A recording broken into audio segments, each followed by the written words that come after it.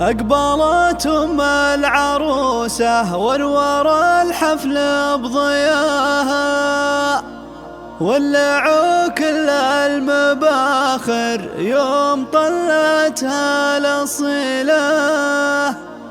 خلوا الساحة لها، خلوها تفرح في ضناها، وباركوها بحفل لميا بنتها أجمل جميلة. أقبلت أم العروسة وانوار الحفل بضياها، ولعوا كل المباخر يوم طلتها الأصيلة. أقبلت أم العروسة وانوار الحفل بضياها، ولعوا كل المباخر يوم طلتها الأصيلة.